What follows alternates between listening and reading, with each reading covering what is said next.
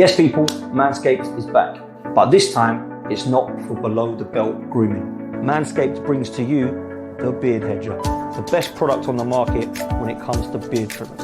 The Beard Hedger is unique due to its number of radiant settings. As someone who's purchased this, I won't turn to any other beard trimmer. Check it out for yourself at manscaped.com. And don't forget to use code FTM20 to get 20% off of this product. Yes, people, what's happening? We're back in the house. The Arsenal Roundabout is back. These panel shows are back from this week onwards. And Tuesday night wouldn't be Tuesday night without this one. Arsenal Roundabout is going to be with you every single week, talking all things Arsenal with a great panel that I'm going to try and keep consistent. But with people's availability, it might chop and change a little bit. We have got Albert going to be joining us a little bit later on, but he's struggling for time at the moment. I've got my boy Kenny Ken with me. I've got Northside back in the house. And I've got Alex from Forder on Football as well with us. So we're going to talk all things Arsenal. We're going to talk about Edu, saying that we are all going to be happy by the time this window shuts. Right, let's see if that's true. We're going to get your thoughts on that one. We're going to talk about Eddie and Nketiah. We're going to talk about why we can't get Marino over the line. We're going to talk about why we still are not linked with a striker. And we are still going to talk about the fact that there are parts of the fan base panicking, not really meltdown, but certainly getting more concerned and more worried about this window. Is it right to do that? Do we need to keep our powder dry and wait for this to shut? Well, my brutal opinion is we need to wait for this to shut. And then if it's great, it's great. And if it's bad, then on their heads be it. That's my honest opinion about this. I'm done worrying about this anymore, man. It's getting kind of crazy. But big up to all of you in the chat. Please make sure you show Manscaped some love. Use the code FTM20 to get 20% off of the Beard Hedger. Please make sure you've hit the like button and you've hit subscribe. There's over 100 of you in here already. This is great numbers. So big up to all of you.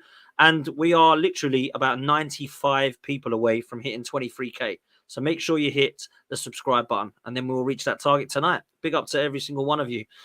Kenny, when Edu says we will be happy when this window finishes, do you believe him? And if you do not believe him, why not? Well, the thing is that Edu's not telling us the full story.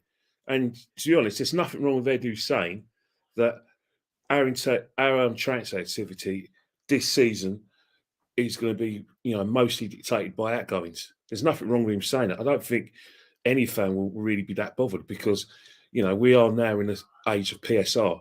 We've seen what's happened to other clubs who have debts over the £105 million. Look at it, they've been deducted points. So we're fully aware of that. We knew that when we spent nearly £200 million last year, that this year is imperative. We've got to see whatever assets we have, to get them out of the club. The problem is, the reason why fans are panicking, if they subscribe to that view that I've just put out, we don't really have any assets that clubs will want.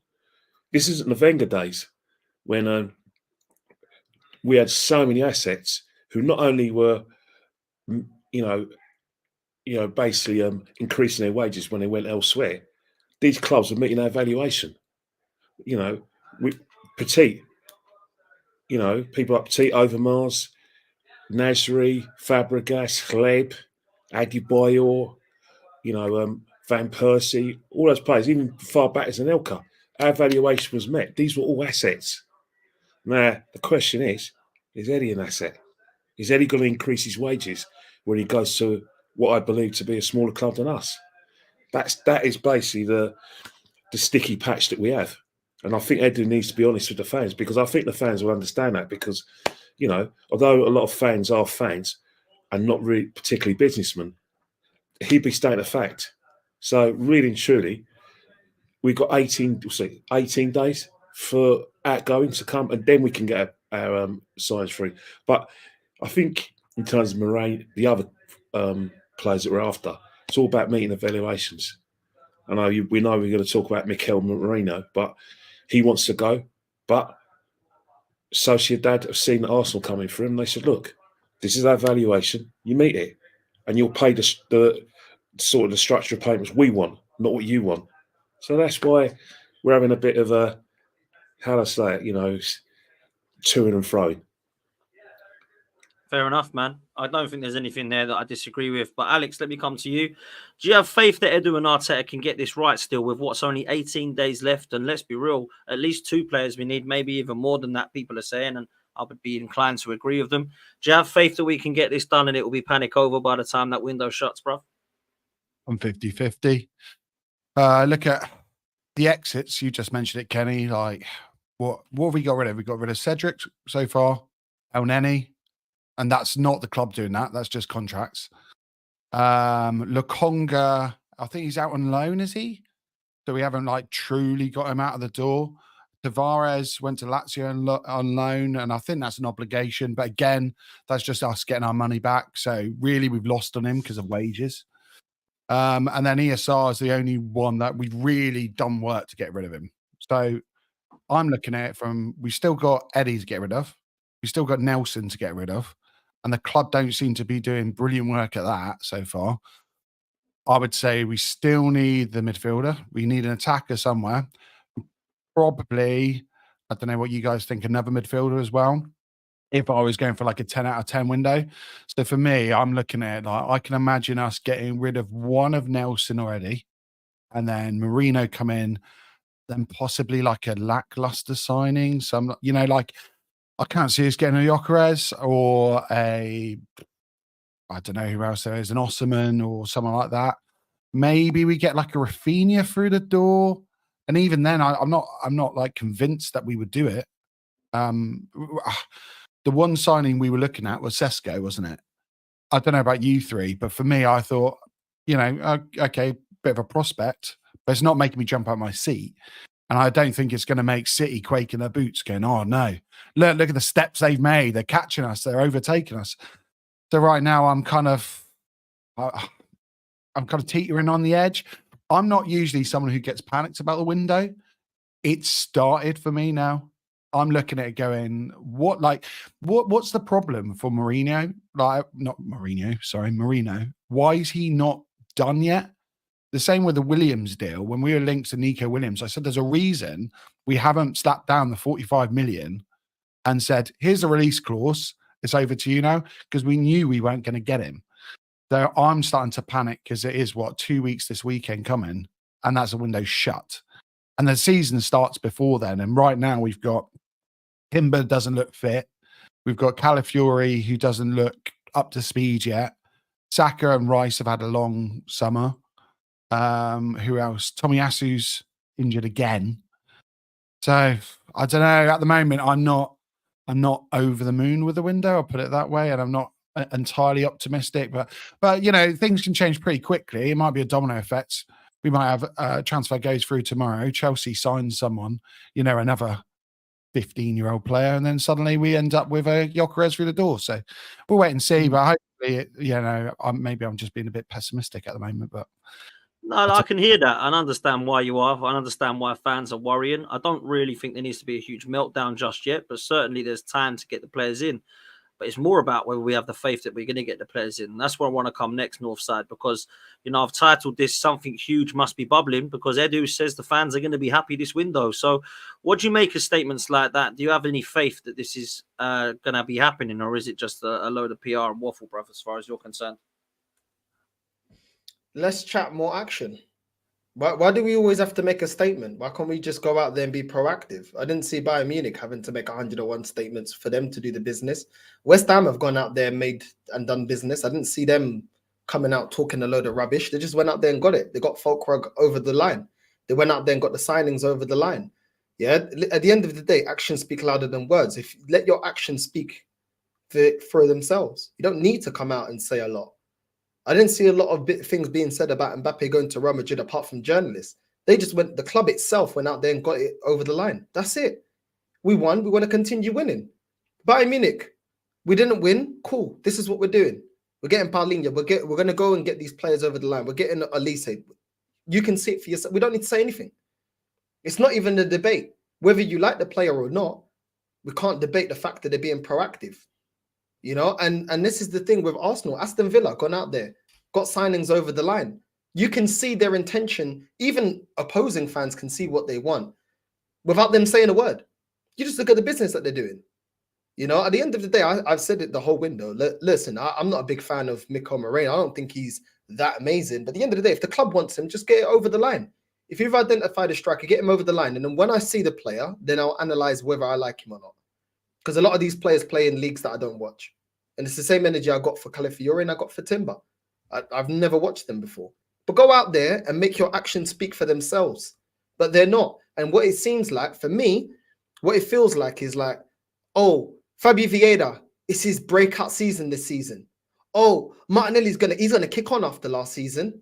Oh, Eddie Nketiah, we might not get the money for him, but he can do a job. He's only 25. I saw someone in my chat telling me, yo, people on Twitter saying, oh, Eddie Nketiah, he can still develop, he can still peak. Vardy peaked late in his career. I'm like, what?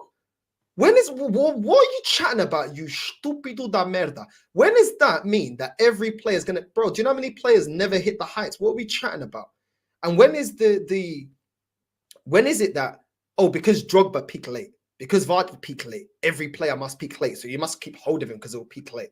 So why don't we keep hold of Joe Willock? Why don't we keep hold of ESR? Maybe they'll peak late because we got rid of him and they were quite young. Like, the excuses are ridiculous. And this season, all it's going to be about is, I'm already seeing the PR. It's not about getting the players in. It's, oh, we got combinations at the back. Oh, certain players will kick on. Bro, we've done this before. We have done this before. How many times people told us Nketiah will kick on? Reece Nelson, Zinchenko, all these players. Oh, they'll come good. Don't worry. Just give them time. They'll learn the system. Lokonga, all these players, like, bro, and we just keep repeating the same mistake. There's too much affection for players that are just not good enough. And I personally feel like we may make one signing, but ultimately we're still gonna be light, and it's other players will develop and become world-class players. Well, already some of the players that when we were told is going to be part of Project Youth are leaving. ESR was one of the faces of Project Youth. Where is he now? Where is he now after all the hype that he's going to be this? And let's not forget, it wasn't just ESR, Charlie Patino, Aziz, all these guys, Dan, that they were telling us, calm down, bro. Don't stress. You're just being negative. And the thing is, we've been doing this from the days that we had the English core. Everyone remember the English core? We had Gibbs, we had all these players, bro. Do you know what I mean? We even had players like Wellington Silva. We had Miachi. We had all these players, bro. We had Bentner. We had all these young players. Arsenal have done this before. So us that are on this panel here, we've seen this before and it's not worked out. So why should we believe in it now? Get rid of these players that are no good. Get the money in now and we move on. We're not in a position of power because we put a lot of players on stupid wages. We're not in a position of power to negotiate Eddie Nketiah because he's on 100K. We're not in a position of power to negotiate Reece Nelson because he's on 100K, which is why we had to get rid of a lot of players that are on higher wages. Like El Nene, like Cedric, just let it run down because we're not in a position of power because we reward failure. That's the reality. Yeah, listen, there's a lot you said I agree with there. Like, real talk, I feel like there's definite worries and question marks over it. And we have said before that this youth project thing, we have done it twice before with Fabregas and Van Persie. And then with all of the crew you just said, Gibbs, Oxlade-Chamberlain, Walcott, Ramsey, Wilshere, even Jenkinson was sitting there at one stage, I remember. Listen, it's mad. Kenny, let me move to Eddie Nketiah because I think before we talk about incomings, there's definitely outgoings needed at the club from what the club is saying. What do you make of this Eddie Nketiah to Marseille thing being off? Do you think it was a mistake and we should have just sold him for the 27 million euros? Or do you think it's the right thing to do to try and hold out to potentially Bournemouth coming in now they've sold Solanke for nearer to 30 million? What are you saying, bruv? Well, the thing is, there's two schools of thought in that. If you do it, you get damned. If you don't, you get damned. Like, there's some fans who are going to say, you know, we should get every penny that we deserve out of Marseille. And there's going to be some fans that sell him at all costs. The fact is, the frustrating thing for, like I said, for everyone concerned, let's talk about the player itself. Eddie the man. Forget about what we think of him as a football. Let's think about the man. He's agreed personal terms to basically go abroad, have the potential of probably playing in Europe, playing in European competition. And that's kind of been taken away from him because of business decisions. Again, we don't know the situation, but the fact is that whatever Arsenal sell him for, they're making a profit. They're making a profit, and that situation is you've got a player on 100 grand a year, so 100 grand a week, and so he's agreed personal terms. I don't see the problem in terms of the player itself. We're still going to be in the same situation. he's now been told that he can look for a club in the Premiership. So again, other Premiership clubs are going to be in for him. So I'm hearing that Bournemouth may be looking at Eddie, and there's other clubs who were in for him before, Crystal Palace, West Ham. Those are the clubs that are going to come in for him. But once again, are they going to, meet our valuation? Are they going to pay him the money that he's been getting here? That's the frustrating situation. And I always had a problem with Eddie getting a new contract, because I can see why Eddie, like I said, agreed to a new contract. And I don't think it was just for the money. I think it's for footballing reasons. If I was Eddie now, I'd be looking at Arsenal and Arteta, and one thing I'd be saying is broken promises. You think about, if we rewind back to the scenario of those last few games of the 22 season, where we were getting fed up with Lacazette. He wasn't scoring goals. The manager got fed up of Lacazette, and fast forward Eddie into the team. Eddie started scoring goals. He realised Eddie could be a bit useful. Gives a new contract. Promises Eddie that he won't be back up to the new striker. He'll be challenged for a place. The manager kind of delivered, the season before last, where he had a run of games, but the team's moved on from there. The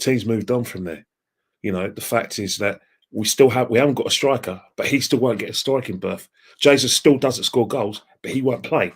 Jesus gets injured, he won't play, because Havertz is now an inverted striker. I bet you bottom dollar that comes this Saturday, Havertz will start. So again, that's further down the pecking order. Now, if we do sign the striker, and he's still here, his career stalled. Let's not forget, Eddie was a couple of years ago. Eddie was in contention for England squads. He actually came on in a game. So from Eddie the man, he needs to get out of here super fast. He turns to the football club, by all means, fight your corner when it comes to getting the sort of transfer fees you think he deserves. But when you've got someone who genuinely wants the player, who's genuinely shown an interest, not speculation and rumours, actual genuine interest where the players discuss personal terms, then we got a bit of a problem. The club's got a problem because there's no guarantee any of these Premiership clubs are going to be interested in the player. And if they're interested in the player, there's no guarantee they're going to meet our valuation. And what about Eddie's wages? I don't know who the highest paid player is at West Ham, Crystal Palace and Bournemouth, but I'll be very surprised if their best paid players get 100 grand a week. Very surprised. Yeah, so you're basically with Eddie, you're basically matching a player's wages. How many goals has he scored in the league since he's been to the football club? I can't. Or if you want me to, like I said, be blunt, he hasn't really scored. He hasn't scored a competitive goal since the game against Ajax. Again, so you're paying all that money in terms of transfer fees and his salary for that. I mean, that's a big outlay for any Premiership club. So we're in the situation where we're going to be stuck with him, which is a shame for the football club because it's going to hamper our ambitions when it comes to buying new players. And it's a shame for the lads because his career is going to stall. Because unfortunately, when it comes to Mikel Arteta, if Mikel Arteta tells you he's guaranteed that you're going to fight for your place, take it with a pinch of salt. It's not because Mikel Arteta's a liar. It's because he's not satisfied with what we got. He's always moving the style on every season. He changes the way we play, which means players get left by the wayside. ESR got left behind. It wasn't just injuries; he got left behind. Jesus has been left behind to a certain extent. It's not just injuries, and Eddie's another casualty. So it's bad for everyone at the club, bad for the fans, bad for the club, and bad for Eddie. Absolutely. Listen, Albert, big up to you, man. Cheers for coming on, bruv. I know you're a little bit late, but it's better late than never, my guy. I hope you're well. Talking about Eddie Nketiah, man, I want to ask you on straight up. Would you have accepted this 27 million euro bid from Marseille and just allow him to go and then go and look to replace him? Or do you think it's the right thing for Arsenal to do to try to hold out for this 30 to 35 million that they believe he's worth? Cool. What a question, Dan, to bring me in. Big up to the panel, man. Arsenal source, man. But yeah, the Eddie thing, man. Where do I start, Potsy? So I didn't expect him to be here, sort of coming into this season. That's the first thing. And I thought if Arsenal got between 25 and 30 million for him, you got absolutely take that and snap your hands off. I thought in terms of when we sold ESR, I thought the figure was spot on. I saw obviously interaction online was trying to bump up the figure by quite a bit, but I think he'd be realistic here. He hasn't played a lot of football in 2 years, but what does he work out, Dan? What, 27 million quid, 23 million quid, 25 million quid here or there, if and so. Looking at his goals record, I think Arsenal might have been a little bit ambitious to try and get what they wanted. I understand why they've done it, but I just think Martial probably looking at thinking, you know what? That's a little bit more money than we really want to pay for a guy that's not really tore it up. If you look at his career appearances and the goals he scored, like I said, that figure I would have taken it personally. You know, you're making a lot of profit. Let's be honest in terms of if we took the offer, Dan, for example. So I'm surprised, and Ken's mentioned it. One thing I always say, Dan, about young players or players in general, but particularly young players, football's not a long career, and some of them stay at clubs knowing that they're not going to be getting any opportunities in the first team and rather warm the bench. That's up to the footballers themselves. But he was keen to go, Eddie, to be fair to him. New country, work on a different manager. I'm not sure if Olympic Marseille are in the Champions League or not, but you want to go and play football. The move hasn't happened. Arsenal stood still.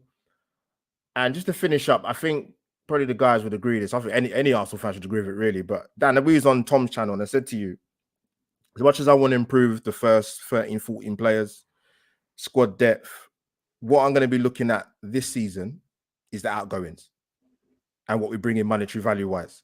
Like I said, the ESR figure for me was spot on. I expected Eddie to move on for the figures they're talking about. It hasn't happened. There's a couple more players I think Arsenal should move on personally, just because one, they probably not got a future at the club under Mikel Arteta.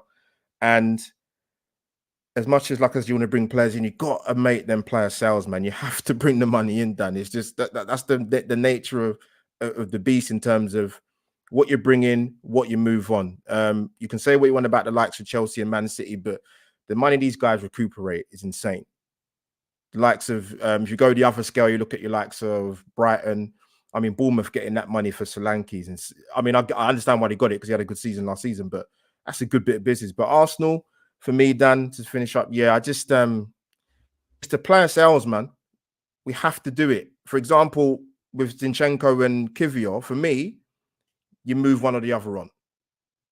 You have to bring some monetary value in, because you can't play all these different. I know there's a lot of games in the season, but realistically, depending on where the manager's going to look at and who he's going to turn to in terms of bringing players in, you need to balance the books, man. And for me, the Eddie one was a surprise. I'm going to be honest with you, mate.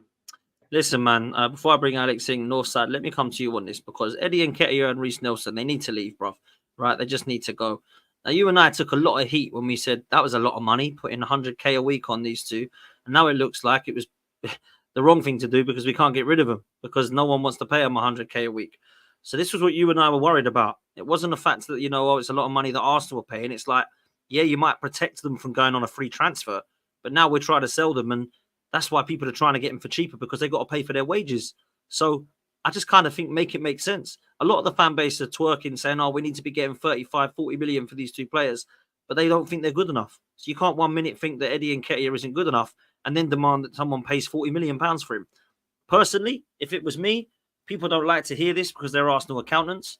I would have sold Eddie to Marseille for 27 million euros. I'd have said, goodbye, have a good life over there. I wish you nothing but the best, but we need to move you on and get somebody to upgrade you. But what do you make of this situation with Eddie and Reece Nelson? Because at the moment, it don't look like they're budging, bruv. Yeah, Reece Nelson, I haven't heard anything. What's funny is it was put to us that we're protecting the value, but now we can't get the value that we put on them. Is crazy. So we evaluate them at what, 30, 35 mil. We was protecting the value by putting them on 100k, but now we can't get our own valuation for them. Crazy, isn't it? It's crazy how that's come around. You know what I mean? It's actually crazy. Reece Nelson, I haven't heard anything, to be fair. It looks like he'll stay. I haven't really seen us being linked to many strikers. Nico Williams looks like he's going to go to Barcelona, or we're waiting for Barcelona to get their money sorted for them to get him over. Or, you know what I mean? I keep hearing different things every day. And Eddie Nketiah, I'm already seeing some people trying to justify us keeping him. And what's that based on? I don't understand what's that based on? You know, the same thing. I don't understand it. I really don't understand it. And I don't want to have another year of the fan base trying to justify Eddie Nketiah's place in the team. If the manager really, you know, had him in his plans, why didn't he use him? I don't understand why he didn't use him. It didn't make any sense to me, because Kai Havertz, for a long time of last season, the first start of the season, he was playing in the midfield for the first 16, 17 games. So if you believe in Eddie Nketiah, why wouldn't you have played him up front? You know, Jesus wasn't ripping it up last season. So the opportunity to break into the team was there. Clear it. Obviously, he doesn't really rate him, and I just don't. I'm just tired of it. I'm tired of it, Dan, holding on to these players that are not good enough. And we just take too long to get rid of these players. And it just reminds me of Iwobi, when the fan base was trying to justify Iwobi for how many years? Oh, he'll come good. Oh, there's an agenda against Iwobi. Oh, you just don't know. You don't understand Iwobi. Oh, you just don't like him because he's from here, because he's from there, because his parents are from. It's got nothing to do with it. The player ain't good enough. You know, why do we have to go with another season to see what, you know, what Eddie Nketiah is going to do? At the end of the day, we should have sold Eddie Nketiah. If we're going to be completely honest, we had offers for Eddie Nketiah a year ago. You know, and we could have got about 30, 35 million. I think it was Fulham. I think Palace was looking at him. Well. Definitely Palace. Yeah. Yeah, Palace was looking at him, and we could have got the evaluation then, but we held on to him. And now look, and we continue to do this. We've done that, and we did it with Joe Willock. We held on to him for too long. ESR, we held on for him too long. And the thing is, the club has set their standard now. Well, they set a precedent with ESR. We got 35 million for ESR, player that has been injured, can't string together more than 2-3 appearances without getting injured. Didn't contribute anything to last season, and we managed to get 35 million for him because of the English tax and because he's young. So why can't we get that for Eddie Nketiah? Because Eddie Nketiah still scored a hat-trick against Sheffield United, which is more contribution than what ESR did. And that's not me saying that I rate him. I'm just saying, if you're able to get a injury-prone player, 35 mil, that ain't kicked the ball, that hasn't really kicked on, and you're able to sell him 35 million, why are we struggling to get Eddie Nketiah for the same money? Same thing with Ramsdale. Ramsdale actually has got more credit than the both of them. The first time we was in the title race, he was our main goalkeeper. Yeah, we didn't win it, but he was playing week in, week out. So why are we struggling to get him off the books as well? Because at the start of the window, he was linked with Newcastle, 50 mil. I didn't believe we'll get 50 mil, but why are we struggling? Ajax coming in and asking for a loan deal. It doesn't make sense. It doesn't make sense, because the hardest player to sell out the lot, we actually got 35 mil for. Now, Eddie Nketiah and Ramsdale played more games than ESR, yet we're struggling to get the same valuation. It doesn't make any sense to me. Interesting, man. Listen, I'll come to you on this, Alex. The last thing on Eddie Nketiah before we move to other outgoings and incomings. Do you think Bournemouth are coming in now? They've sold Solanke for £65 million. They've got money. They need a striker. He's apparently on their list along with Evanilson, who is the Porto centre forward. If he wants to go to Bournemouth, I'd be surprised from Porto, but I've seen weirder things happen. Do you think that they'd be interested in Eddie Nketiah, bro? Do you expect a bid to come in? And if so, is it going to be towards 30 million like we want, bro? Before I start, if you start hearing something, my son's here making absolute racket. So apologies, All anyone. good, If you suddenly hear something, it's just, not just me. Let's be honest, right? If you were in a team below the top 10, would you want Eddie as your striker? Like, genuine question. Like, I think, like, you look at the stats, he's played around like 120 games. I think it's like 119. He scored 16 goals in the Premiership. Like, so I just look at it and I think, would I be happy with my club spending about £30 million on him? I mean, we don't know the ins and outs of what the deal kind of proposed to us was, because I'm hearing that it was about 5 million up front and then a crazy like Klarna deal. There wasn't like it was like all this money up front, and they were saying like, here's 25 mil now, and then 2 million or whatever, and add-ons. It was like a silly deal. Whether or not that's true or not, I mean, I don't know. And looking at our finances, we're not a club struggling for money. I don't think we're a club that needs that, extra couple of mil to get a signing over the line.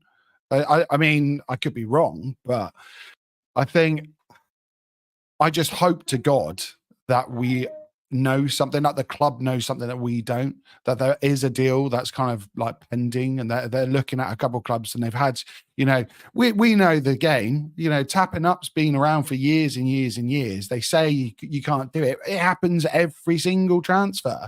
There's a reason that Calafiori came. There's a reason he was at the ground, earlier in the year watching us play. So I'm hoping maybe that Edu has got something. He's had a couple of different directors message him saying, oh, what's going on? Or agents have had a chat. I'm not confident about it. And that's the way I look at it. If I was a Bournemouth fan, would I want him there? If I was a Brighton fan, would I want him there? Palace? Even if you say Brentford, if Ivan Toney goes, would you want Eddie Nketiah as your new striker to take over it for him? I wouldn't. And that's the problem we're lining. And I mean, I agree with most of what you said, Northside. My only kind of thing is with ESR. I think ESR, a fit ESR has got a far higher ceiling, and he's proved that. I don't think Eddie's really proved that he has got like a super high potential. I don't think he's proved that he's going to be an England striker in the future. I think he's like a steady Eddie. There we go. But like that's what he is. He's a guy that he's not even good off the bench. I was about to say he's a good squad player, but his bench numbers are awful. He's not like a super sub that comes off the bench and makes an impact, which I think the club have noticed as well. I think Arteta and the team have probably looked at it going, hang on a minute, this is a guy who doesn't start for us, and every time we bring him on, he does nothing. So what's the purpose of him? I mean, for me, I would have just got rid of him, but whether or not the deal was good enough, I don't know. I think we'll get rid of him, but it could be one of these things where we've had Maitland-Niles in the past. Do you remember we had Maitland-Niles? We said, no. I think it was to Wolves, wasn't it? We said, no, 35 mil. And then later on, we all know what happens. We've seen it time and time again. So I have a feeling it could be time runs down, and then a team like Bournemouth come in and go, that is my son, that's not me. If you yeah. It could be a case of Bournemouth come in and they go, oh, actually, you know what? We'll give you 20. Take it or leave it now. Because the other thing is a 4-year contract with Eddie is over 20 mil in wages. And that's crazy, what clubs look at, 20 mil. Crazy. I mean, and for a player who's not guaranteed to score your goals. Listen, I want to move from Eddie because another player that we are going to be talking about is outgoings, is the goalkeeping situation, which I've got to come to. I'm going to ask Kenny about that in a minute, but I'm going to chuck these couple of super chats up first. Netweed is not happy. Come on, Netweed. Be a little bit more positive, bro. No, I'm joking, of course. Says we have a club that is called A&E, which is Artetnar and Edudu. He's not happy with them at all. Netweed also says some troll says that Sheffield Nketiah Geralt fake. Look, I think Eddie Nketiah will be gone, so we don't have to worry about that. I don't think Edu and Arteta are going to be gone though, bro. And I know they're two of your favorite people, not. So it looks like they're going to be here to stay. But Eddie Nketiah, I think, is definitely going, man. Kenny, let me bring up this because obviously there are rumours that Aaron Ramsdale may no longer be wanted by Arsenal at the club. There are suggestions, of course, that Ajax are coming in, as Northside said, for a potential loan deal. Now, as far as I'm concerned, Aaron Ramsdale needs to be a loan with an obligation to buy or a permanent deal, not just a loan, try before you buy it. But now it looks like if this is to happen, which they're saying they're optimistic about it, I don't know that Aaron Ramsdale wants to go there. They're saying, if I just scroll up, that we may be bringing in Juan Garcia from Espanyol. From David Ornstein, if Arsenal were to part ways with Ramsdale this month, the club have already lined up in Espanyol's Juan Garcia as a potential replacement. I think we're going to potentially downgrade in this area, whatever, Kenny, because Aaron Ramsdale wants to leave. Would you sell Ramsdale? Would you loan Ramsdale? Would you want money for Ramsdale? This is a bit of a mess, mate, isn't it? Well, personally, I'll let if if I'm a human being and I'm humane, I'll let him go in any capacity he wants. Because let's face it, Aaron Ramsdale has got to think of his career. You know, England got a new manager now. You know, as far as I'm concerned, Pickford isn't exactly the out-and-out number one. That place is up for grabs. Now, Aaron Ramsdale needs to be playing regular first-team football. I think he's a pork chop to go to the Eredivisie. And the reason why is I'm not slagging that league off, but if he wants to push for that England place, then he needs to be playing in a league where Carsley's going to be seeing him every week. You know what I mean? Every week playing against Premiership, opposition, against where we believe like the better players play. So for him, I can understand him wanting to play, but what he does for his England chances, I don't see it. However, if he wants to go, by all means, let him go. I have no problem with that whatsoever. But the club is a business. Again, he's another one who falls in that criteria. He's on £120,000 per week. Again, is he going to get that money when he obviously will cover some of that? If he goes on loan, we're going to cover some of the wages and then Ajax will cover the rest. But for me, I do think that there will be a few Premiership clubs who will come in for him, unlike Eddie Nketiah. The fact that he is an England international, the fact that he has played a few friendly games here and there, and there's a lot of people at the football club itself, especially the fans, who still think he's a good goalie. Now, I don't think anyone in this panel thinks Aaron Ramsdale's crap. My beef with Aaron Ramsdale is for the way that we need to play with his feet. I've never been happy with his feet. And in terms of like his safe output, yeah, I'm a bit impressed. But I know he's better out there than him. That's my beef with Aaron Ramsdale. I look at Aaron Ramsdale, he's not an Arsenal, he's not a number one. When I look at number ones, I think Pat Jennings, David Seaman, Yanes, they're number ones. Even Johnny Lukic, number one. When I looked at Aaron, I went, nah, number two. And that's the situation. But he'll go to other clubs and he probably will be a number one, a very good number one. However, he's got to lower his ambitions because he's going to have to look for, we got to now look for a club outside the top six. So Newcastle, sorry, man. Nick Pope's better than Aaron Ramsdale. Sorry, Arsenal fans, but he is. But in terms of us, what I would like for everything, if we can get a fee from all good, but that's not going to happen. So if he needs to go out on loan, let him go. Let him go. It's his career. Just do the humane thing. He is not going to get a game under this manager. It's not going to happen. He's no good with his feet. And then it's going to come to a situation where the manager's going to promote other goalkeepers, even the cup games, and humiliate the man further. Send him out on loan. Northside, talk to me about the goalkeeping situation at Arsenal. Where you at? Because this one, I kind of feel like we've messed it up for a long time now. I just want to see a number one and a number two at Arsenal. That's what I want to see. Ramsdale, talk to me, brother. Just get him gone. I agree with Kenny. What good is it keeping a player that doesn't want to be there? Pep does it excellently. You know what I mean? Zinchenko, you don't want to be there? Okay, goodbye. Jesus, you don't want to be here? Okay, goodbye. Why doesn't the best manager in the world keep players that don't want to be there? This fan base always talking about, oh, Pep. Okay, cool.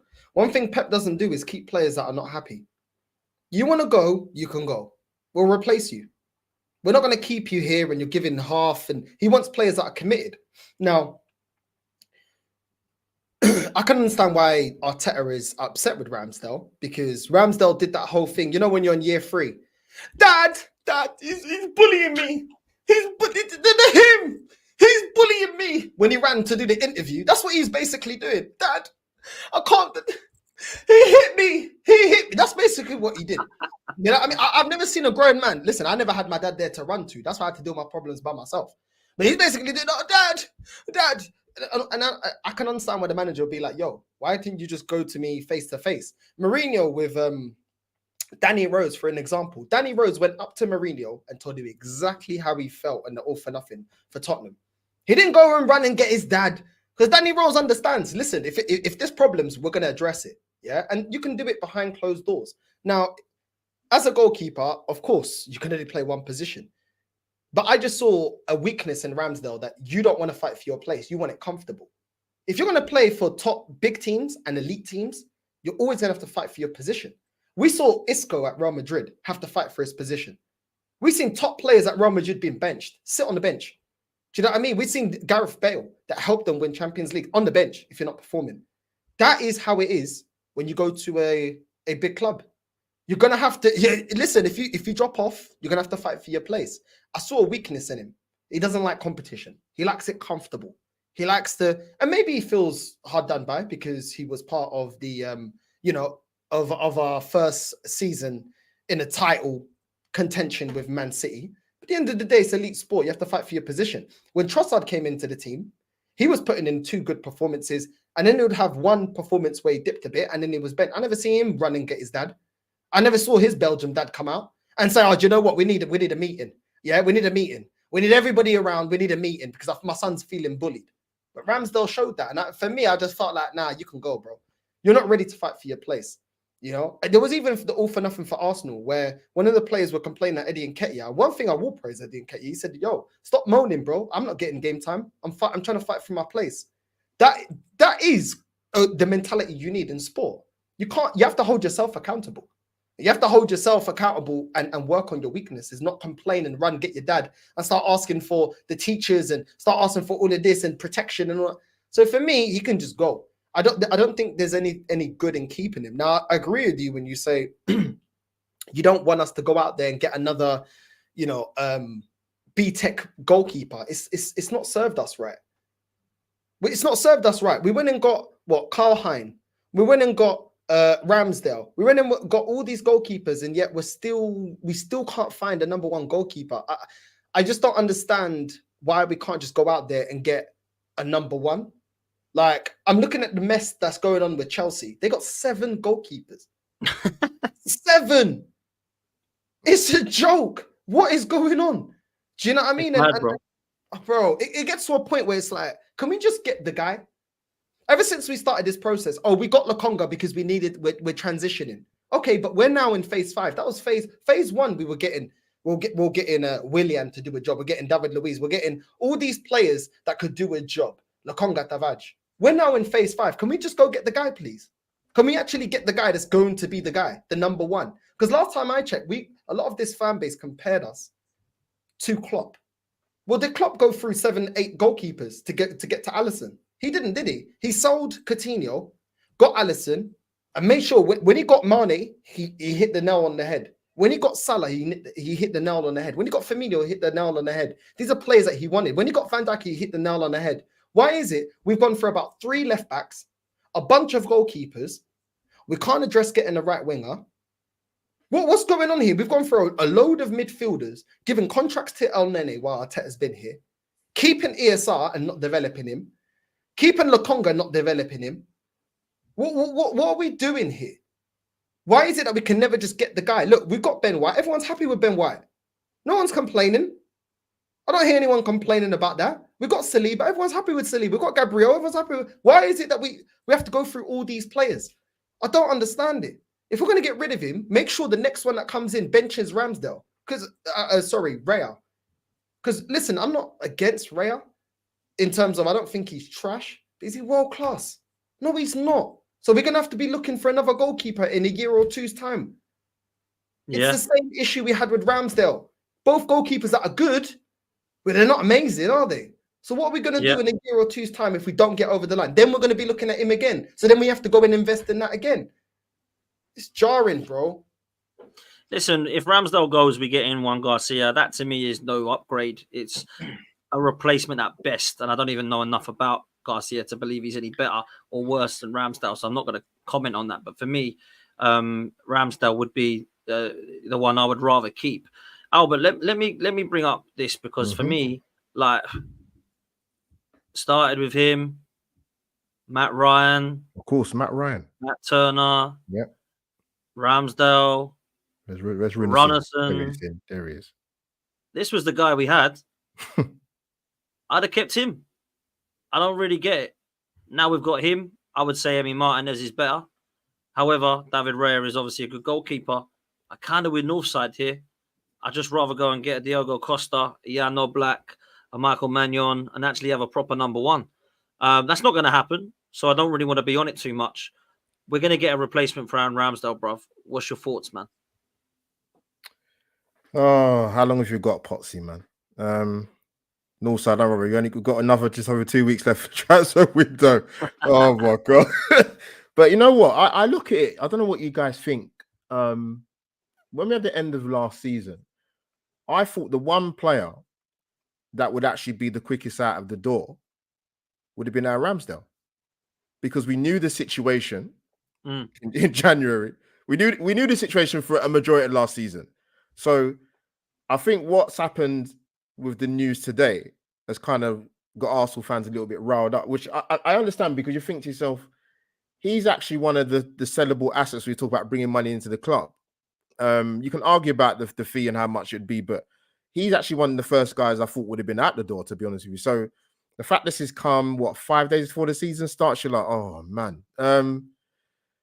It will come to a head. I don't know what other clubs would be interested in him. Ajax for me kind of came left field, if I'm going to be honest. But even I look in the Premier League, who would go for him, I'm not really sure. I don't think anyone would, if I'm going to be really, really honest, pushed on it.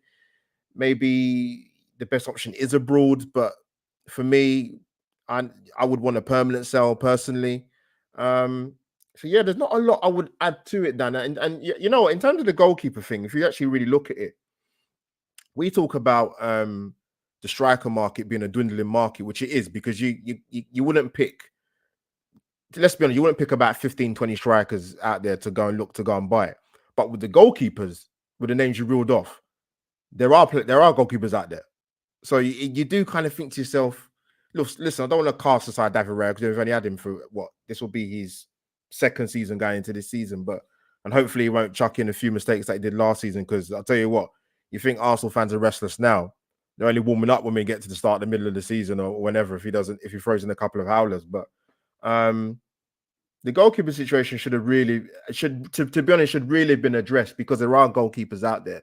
There is a market for it to Arsenal to get that right. So that's on Arsenal. But Ramsdale, this is the issue. Someone put it in the chat actually. If David Raya was to get injured, I mean, who's coming? I mean, we're going to put Sefton in goal already. The academy guy coming from Ajax. We're not going to do that, are we? He might be an exceptional goalkeeper. I don't know, but that's a lot of pressure to put on him to be a number 2. Dan, was he 18? I mean, come on, man. So I know some of the people in the chat are saying to cheer up the season starting. We'll get there come Saturday, but in terms of the rest of the transfer window, it's not gone. I'm not saying I went into the transfer window with 100 million% confidence, Potsy, but I'm looking at it just over 2 weeks to go. We're still kind of haggling a little bit over the Moreno deal. You hear so many different reports about that. We've got Calafiore in. Dan, we'll pick up this conversation in probably about 10 days' time. We might be having a very different conversation, to be honest with you. But yeah, I'm a little bit kind of. I'm not sure where we're going with this window, man. I have to be honest, man. Not too sure. No, I'm not too sure at the moment either. Listen, people, there's well over 600. There's actually 677 people in it, to be exact. We've only hit 153 likes. Let's make sure we get the likes up. And I need 92 of you to hit the subscribe button, which is free, because then it will get us to 23K. So I just need 92 people out of 678 of you now to hit the subscribe button, and then we will get there, people. Make sure you're following all of these guys as well. All of them have their own channels. All of their Twitter handles are on screen. So please make sure that you are following all of them as well. Alex, let me come to you, because I'm going to share this Mikel Merino situation now, because it seems like this is taking forever, bruv. I don't know what to believe.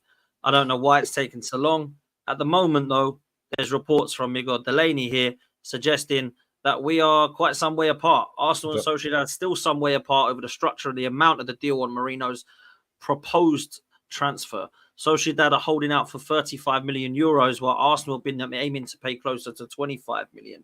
That's come from Miguel Delaney. Now, I heard 17 million, I heard 20 million, I heard 25 million euros, I've heard 30 million euros. Now I'm hearing 35 million euros. What do you make of this one, man? Do you think this one's going to happen and it's just a compromise of trying to haggle a bit and negotiate? Or do you think there'll be a little bit of a problem with this one, bruv? This is like a football friends thing. One of Edu's mates that he doesn't want to upset. That's what I'm hearing. So apparently, the deal was kind of set. That's not me again, by the way. Yeah. So essentially, what I've been told is that Edu had the deal set. They didn't want to fall out because there's good relationships with that club. And now it's a case of they're waiting and waiting and waiting. And I just look at it. Arsenal should be saying, right, here's the cash. Do you want it or not? Because there's other people we could be getting in. And I don't understand. He's in his last year of his contract as well. And he's specifically said, I don't want Barca. I want Arsenal. So the player as well, we could easily, it's not what I like to do, but I don't see why now we don't either just pay it or we start doing the whole thing of going, look, refuse to train, refuse to turn up. Suarez did it. And that was when we earned, what, £1 over the asking price. So like, it just annoys me when we're haggling about a couple of mil with Nketiah. We're saying, we all know we need a centre midfield. The left-hand side was a big problem last year. This is the person our manager has said that sorts our problem out. So just do it. Get it done. It's so frustrating. It's like, I wouldn't be surprised if like tomorrow or the next day is suddenly 45 million. And then Arsenal are going, oh, yeah, we'll give you 30. It's just, you can tell how annoyed I am. I'm just so fed up with it because the other problem we have is right now, we've got ESR out the door. So ironically, one of the players that we have got out the door is one of the positions that we're kind of lacking in depth. If we got rid of like Kivior or Zinchenko or Tomiyasu, all of us would have gone, well, Calafiori's in. So numbers-wise, we're fine. We'll be right. But right now, if Rice goes down tomorrow, then we're looking at a midfield of Jorginho probably in the 6, Partey in the 8, and then Odegaard. Is that like, I'm guessing that would be it, wouldn't it? I mean, for me, of course I will agree. I'd have Fabio playing because I love that boy. He is the savior of the club. We don't claim him. We don't claim him out here in Portugal. We don't claim don't him. Lie to me. Don't lie to me. No. I was out here for my cousin's wedding, yeah? I told them about Fabi Vieira. All my family, even my granddad laughed. You know what I mean? And he's 83. He laughed. He goes, who's that? They didn't even remember him. You know what I mean? But apparently, this is his breakout season. So yeah, it's crazy, man. It's crazy. But top Gooners know more about the Portuguese league than Portuguese people, innit? So let them do their thing, innit? Mate, you mentioned his name and it made your camera blur. I was worried then. Yeah, I was going to say there was a huge camera blur. I was thinking, wow, then that's what Fabi Vieira does to Northside. Dan, you see with Moreno, like, I just want to get your thoughts quickly. Like, how are you feeling about him coming to Arsenal? Because I look at some of the reaction. I see some people on he's bang average, he's 6 out of 10. What's your thoughts? Is he a missing piece? What's your thoughts, bro? I don't know if he's a 6 out of 10. I don't know if he's a 4 out of 10, and I don't know if he's a 10 out of 10. Because I don't watch him enough, bro. What I will say is, from what I've seen, the attributes look good. He's physically imposing. He's definitely an 8 and a box-to-box midfielder. He's got the athleticism to go up and down. Whether he's going to be an upgrade on what Granit Xhaka was, what he left behind, I don't know. I think that's a question mark. All I will say is this should not be a hard deal to get done. Because if they want to 25 to 30 million for him, we should be able to easily pay that. And I've just seen this here on AFC. I'm not going to put it up. I'm going to read it out, right? I'll come to you with this, Kenny, right? Apparently, this is unbelievable. Arsenal been enduring slow negotiations over both the price and the installments. We're talking about installments here, by the way, right? Arsenal would prefer to spend and spread any agreed fee over 3 years. Sociedad want the money up front. So this is us then mucking around again. Why are we trying to pay over 3 years for some brother who's 30 million euros? 28. What the hell is going on here, bro? I don't understand. Dan, I read the same thing and I just laughed. But again, Arsenal think they can because of the fact that he's in the last year of his contract and the player really wants to come. So Arsenal think, look, they think for some reason they think they hold the cards when at the end of the day they don't. Because at the end of the day, European clubs, especially when Premiership clubs come knocking, They're not playing that game no more. They're not going to be bullied by Premiership clubs. Going to the Premiership is awash with TV money. It's awash with merchandise, especially our club, third biggest club in the country and one of the biggest clubs in the world. The Wolves, any kind of merchandise associated with it, they're going to think, no, we want the whole money. And so they're all the rights to do that. But that's Arsenal itself. I'm not shocked by it because they've done it before. They've done it so many times. I mean, I remember. I'm even going back. Was it 12 years? Do you remember Gary Cahill? Oh, Kenny took the words out of my mouth. That infuriated me. I was Remember that? so angry. $6 Gary million. Cahill had a year left in his contract. Bolton wanted 12 million. Arsenal only offered 6. And then in January, Chelsea offered 6, and he went to Chelsea and won the Champions League and the FA Cup. That deal was symptomatic of Arsenal. Seriously, this isn't an Edu thing. This is an Arsenal thing. Yeah, very true. Our club have been doing this for years, even back to the days when I was a child, even under Terry Neal. That's the Arsenal Football Club in itself. They go on like they're this, club of great grandeur that we do things the right way. No, you do things the tight way, not the right way, the tight way. And I think that's our football club in itself. In terms of the player itself, Dan, I couldn't help but notice you said that he's not at Granit Xhaka's level and all that, and he's not an upgrading Xhaka. I thought we put that to bed last week when I kind of gave you bullet points of what Granit Xhaka couldn't do as a midfielder. you seem to think that I forget because I listen and I think, you're not doing it again, are you, about Granit Xhaka? Oh, please. Come on, mate. I thought I cured you of this. No, man, listen, kind of, I cured you of this kind of, home and away kind of love stories thing. Let it go. Granit's not a legend. He was an okay player, but he wasn't great. And let's face it. I'm going to leave something very controversial. If I was really wanted to, cause some trouble and look for someone to give me a right hander, I would say Granit Xhaka's time at the club coincided with our time out of the Champions League. I won't say it, but it's a fact. It is, mate. It is a fact. Northside, let me bring this one up before you go because I know you've got to get off soon, man. So I wanted to bring this up. This is a question from Jack, which I thought was a really good question, man. So I'll let you answer this one. Said, what was the point of spending 65 million on Havertz and giving him mad high wages to fix the midfield? But now you want Marino in midfield and a new striker over Havertz. Was Havertz not a waste? Now, don't get me wrong. I thought Havertz at the back end of the season proved that he was an okay signing, right?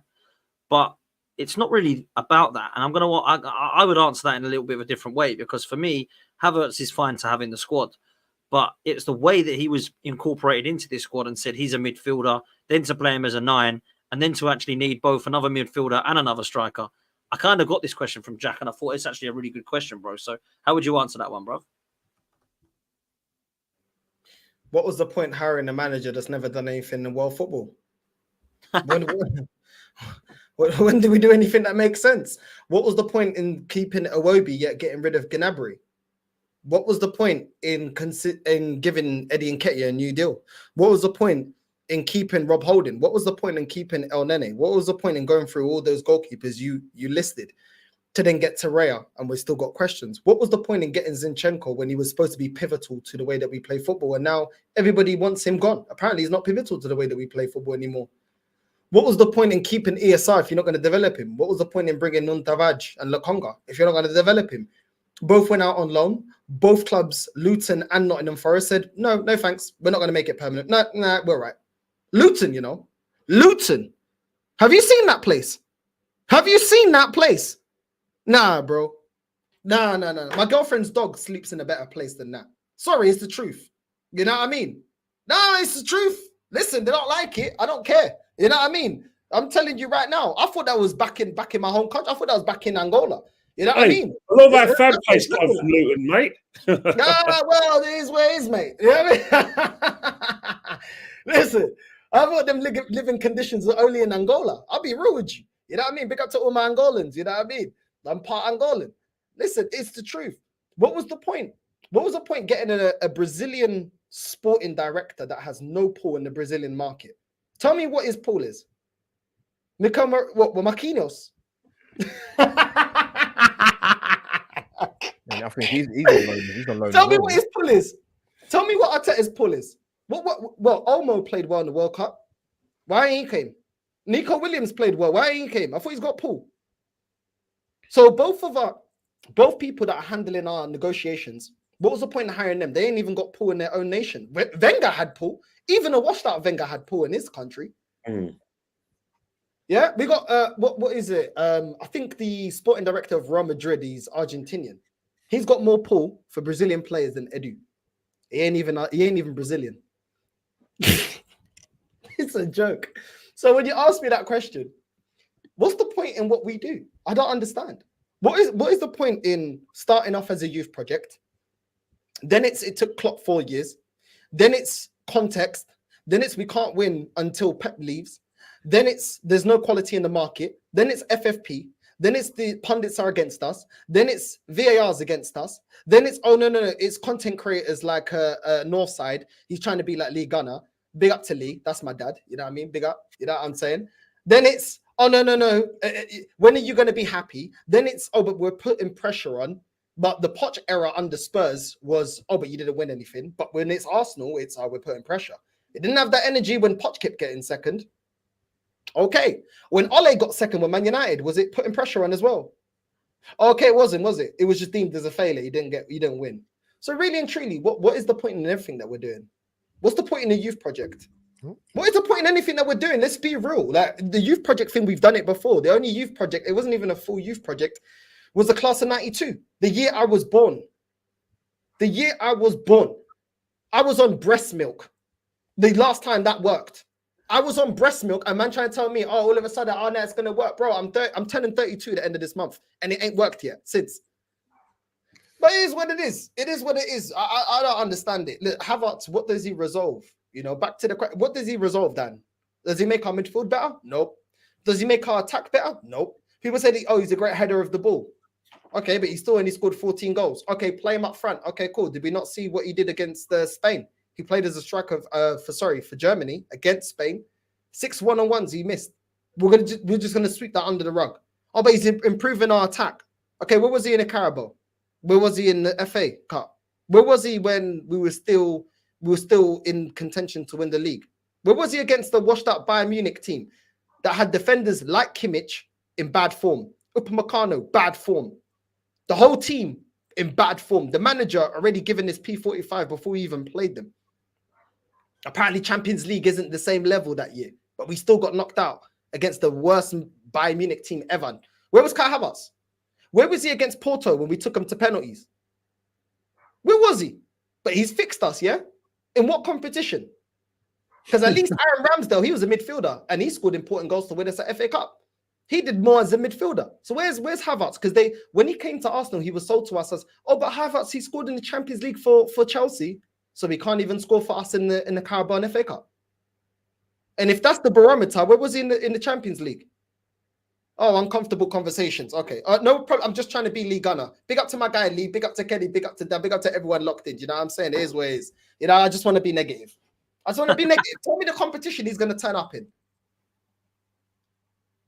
Oh, we don't know. We don't know. Bro.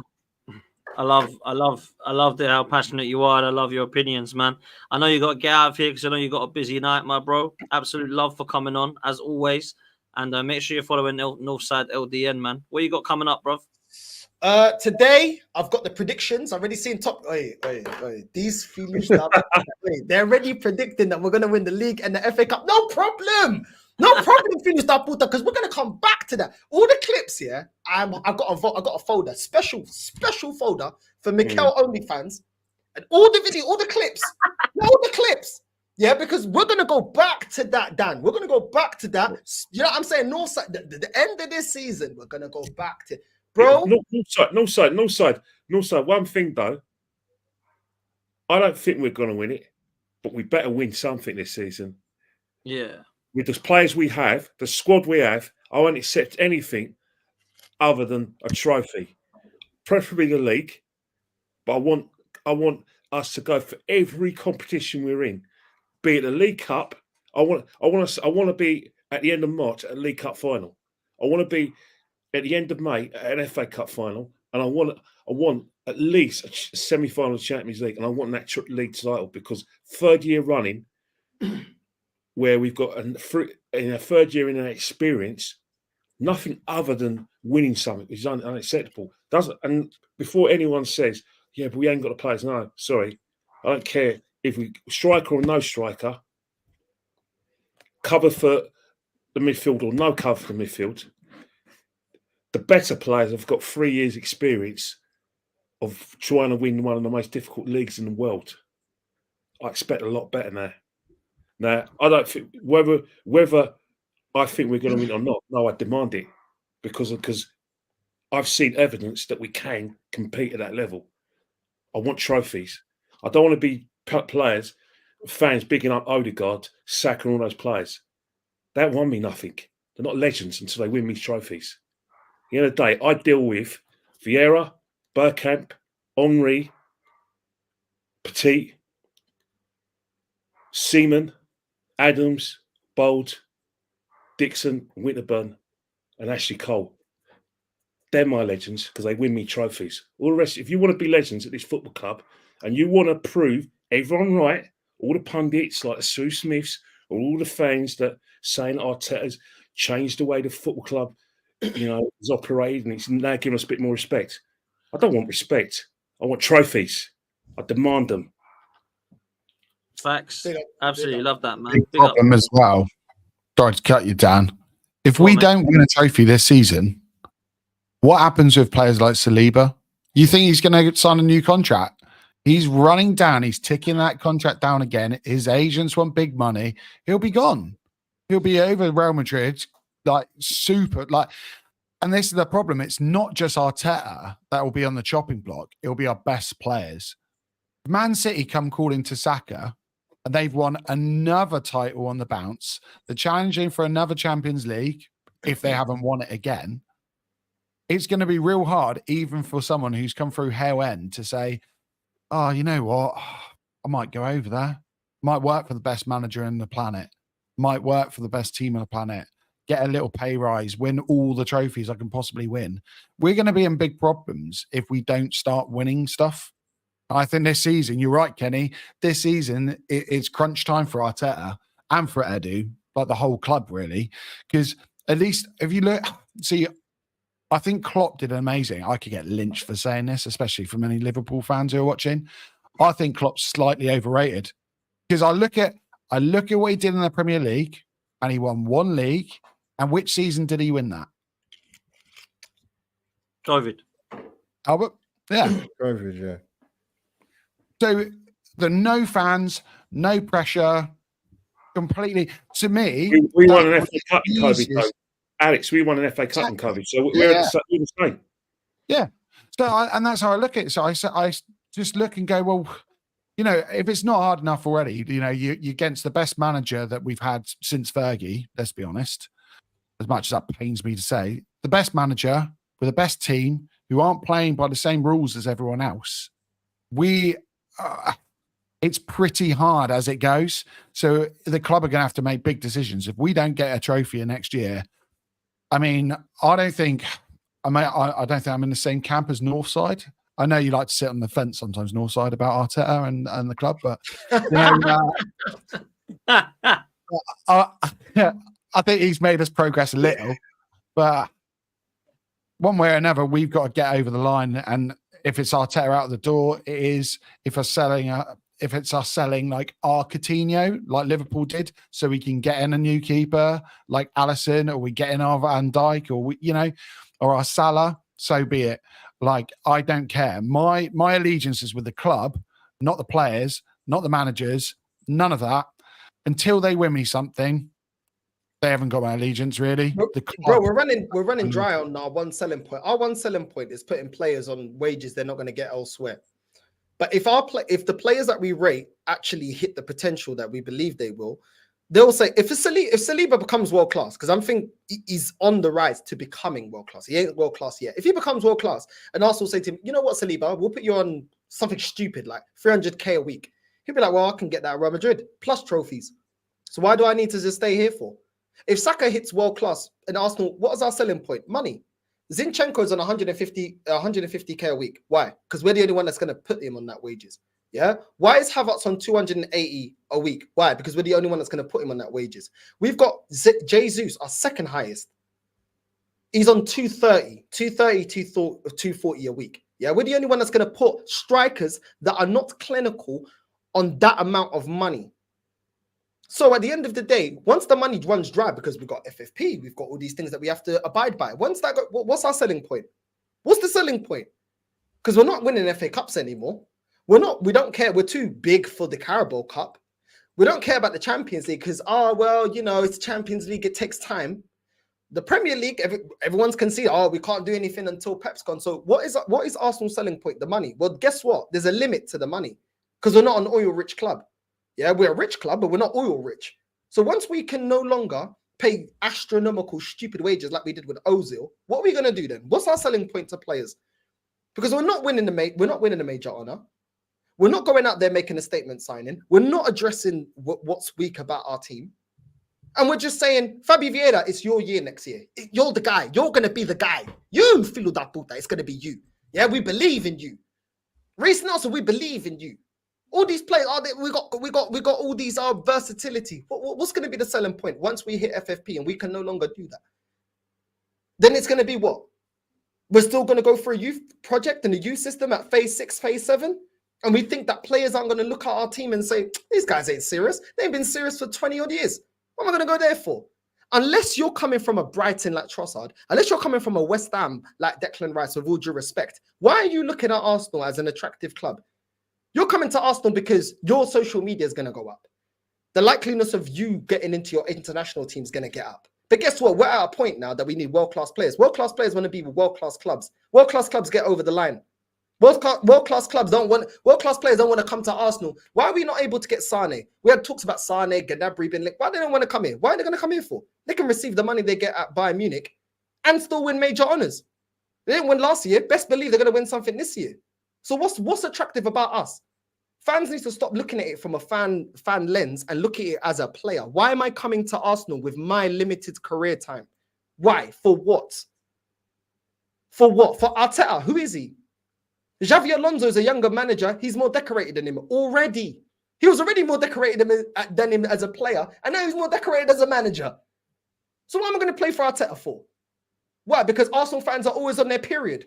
Because they always need their pads. They always need the Tampax compacts. Because every time it's emotional, every time, why wouldn't you come to Arsenal? Why? But they don't want to hear that because everything's amazing. If everything's amazing, no problem. I'm seeing all the predictions. Later on, I will be doing a live. Big up for having me on. I'm doing a live. We're going through all the prediction. End of the season, eu não quero ouvir nada. Anyhow, we don't win the league after again gassing me up. I clipped up a gal last time about we're going to win the league. Cool. No problem. We don't win the league. Everyone that's gassed it up, cool. Then we'll have conversation. But anyway, big up to everyone that's locked in. You know what I'm saying? Northside LDN, toxic and negative forever. You know what I'm saying? Big up to all of you lot. Big up Kenny, big up Albert, big up Fudder on football. Big up Dan for having me on, man. I'm off, man. Love Northside. Take care, brother. Take care, man. Love as always. To wrap up, guys, I want to talk to Albert about Victor Gyökeres and a striker situation, man, because I know Victor Gyökeres is your guy, man. You've been telling me about him. You wanted to sign him. You think he could be the one that could take Arsenal across the line. And then we're going to close on the striker conversation, man. So what are you saying about the striker? Are we going to get one? And why do you want Victor Gyökeres, bro? Before I come to that, like your chat box is all over the place, bro. Let's get some perspective, right? Because Kenny done the millions of streams, you done it, Dan, the short, Alex, I've done the loads of streams. There has obviously a blind man and his dog can see there's obviously been progression at Arsenal since Arteta's come in. That has been said by quite a number of different people, by the way. So let's not be convenient and have, selective amnesia. That has been said a countless amount of times. But the fact of the matter is, whether it's people who've got a YouTube channel, whether it's people in the media, Sky Sports, BBC, the question is always going to get asked of Mikel Arteta, can he get us over the line? That's going to happen. That question is always going to happen. And until we get over the line and win trophies, We'll have more positive podcasts. We'll talk about winning trophies. That's where we want to be as Arsenal fans. So I get the frustrations, whether it be the transfer window or the silverware cabinets looking a bit bare. But listen, it's football, innit? I'd love us to win the Champions League and all other types of trophies. But listen, we are where we are as a football club. And we saw a dominant Liverpool side get 97 points in one season, not win the Premier League. It's unheard of. It can happen. But yeah, man, listen, man. What can you say about YouTube chats? But anyway, the question you asked me, Dad. Go on, bro. Watching the Euros just gone by, for me, Havertz should have been top goal scorer in the tournament. He had enough chances to be. So when Arsenal fans say about, asking the question, do you need a striker? Yes, we do. We need a striker. Yes, we scored a lot of goals last season throughout different numbers of players in the team. I understand that. But the reason why you need a top man at the helm, your Gyökeres's, your Haalands, your Messi's in his prime and Ronaldo's, is because you need players in clutch moments to turn games where it's a 0-0 to a 1-0 away win for Arsenal when you get the 3 points. That is the difference why you need a striker. You need someone more clinical. Yes, there's attributes and positives about what Havertz can bring to the team. There's positives and good parts that Jesus brings to the team. But like I said, in terms of the clutch moments, we don't have that striker. And I understand the striker market is a dwindling market, as I mentioned before. But for me, like I said, Gyökeres is the man. I know people talk about the quality of the Portuguese league, but you have to start somewhere. You can't just not bring someone because they play in a different league other than the Premier League. There are strikers. If you give them a chance, you get the right players around them. We talk about systems, but it's one of the hardest parts of the pitch to get right up front. People talk about Osimhen. I don't see it happening personally. I always thought you go PSG, it could still happen. Who knows? But I know people complain about the buyout clause for Gyökeres, which is about 87 million quid.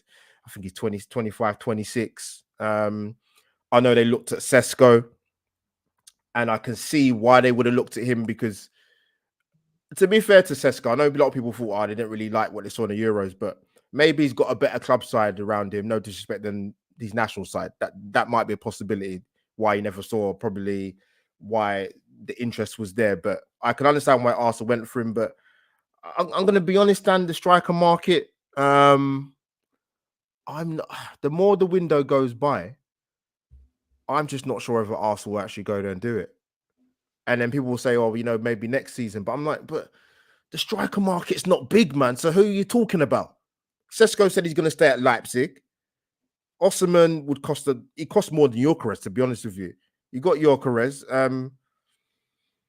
Jonathan David, people talk about, I'm like, I don't think personally, I wouldn't go for someone like him personally. So listen, Dan, I'm not sure if we'll get the striker, to be honest, mate. I know who I'd want. You know who I'd want. I think he'd be perfect for Arsenal, but I don't know what the relationship would be like with Sporting Lisbon. I don't know how much they play hardball, whether Arsenal would actually be aggressive and actually go and get him. I'm not sure, but time's running out, and I'm not too sure if they get it done. Listen, someone who's not panicking is Igal. Big up, Igal. I would let you jump on, man, but we are going to be finishing. So big up to you, man. It says we have lots of time left. No need to panic. No need to be mad. That is what Igal's all about. Hey, you know, I love Igal bits, man, but I haven't got another hour. I know you're watching Igal. 100, man. Alex, what's your thoughts on a striker, brother? Are we going to get one? I think we've got to. We have to. Albert, you got me right up there then. You started off, and then by the end, I suddenly dropped back down. I was like, oh, man, you had me positive for like a minute or two, especially after North London had gone. I was like, I felt a bit more upbeat, man. No, I completely agree with you. Like, number one, I do have to address, like, Arteta. I actually really like Arteta as a manager. I really do. The fact that, like, a lot of people, football's like kind of real short-termism, because you think about where we were not long ago when we had Emery. Do you remember the amount of shots we were conceding per game? Now we're in a place where teams are looking and going, can we get a shot off? Yeah.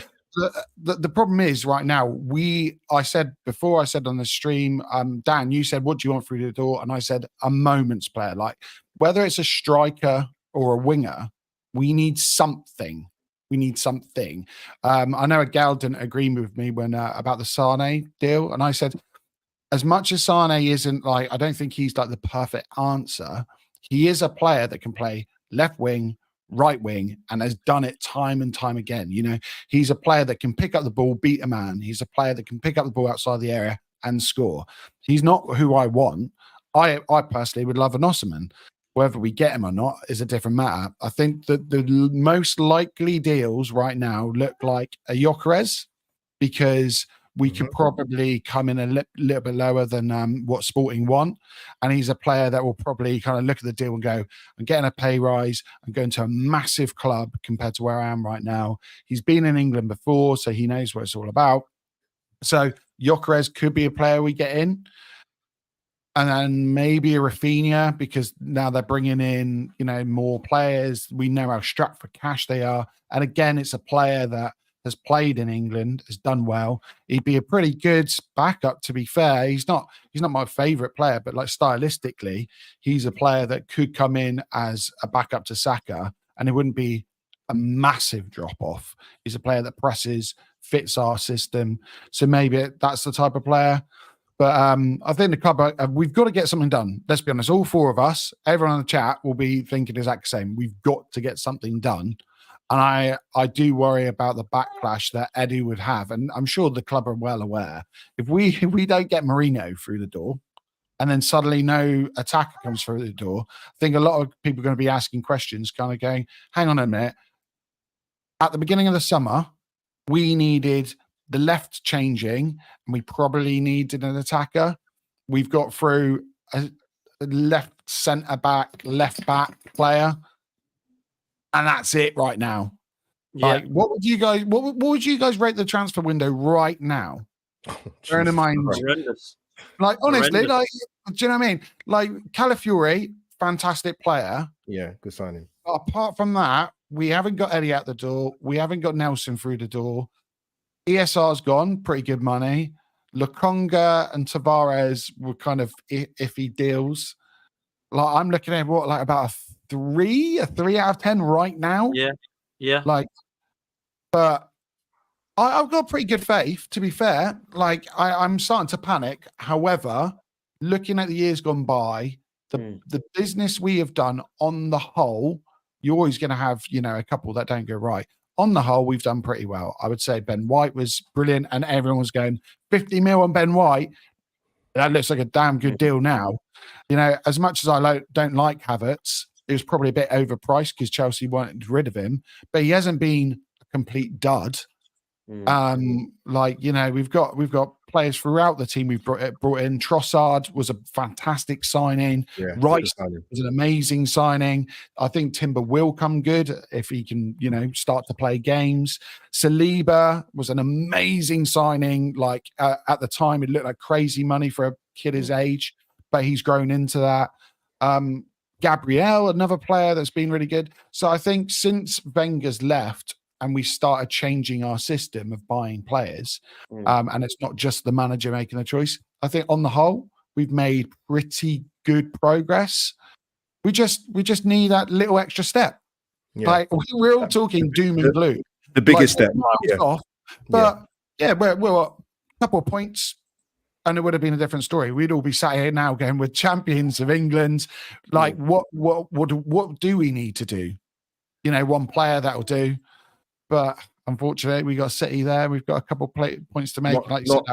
Not lose 5 games in the season, mate. That will help. Easier said than done, isn't it? That's for sure. 100%. Listen, to close, I'll come to you, Kenny. What do you still think we need in this window as a closing statement, bro? Go for it, Kenny. Simple. I say it straight away, striker, because that's what's proved the difference in the last 2 seasons. Let's not forget.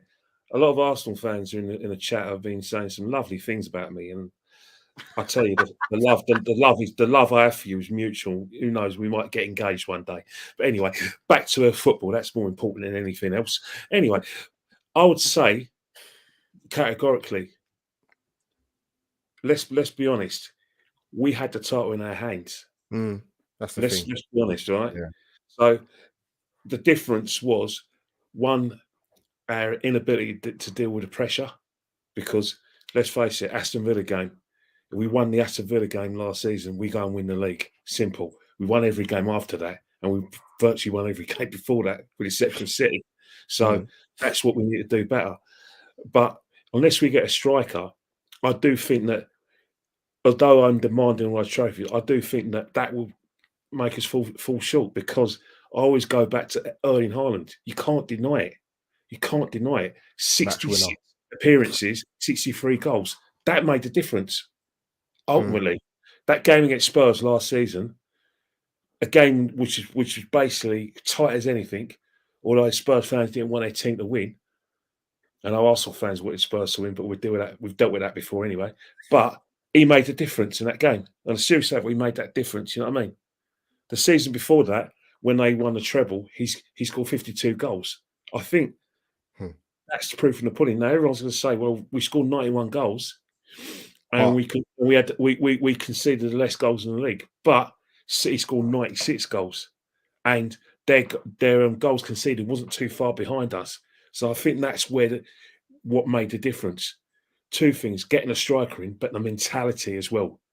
When we are in a situation when we can see it through, we've got to see it through, because let's face it, last season, after he played Man City in the 31st of March, there was no other big teams we were going to play. And I'm not denigrating Spurs, but the way we were playing, the mentality they had, you wouldn't be surprised if we went and won the game there, and we did.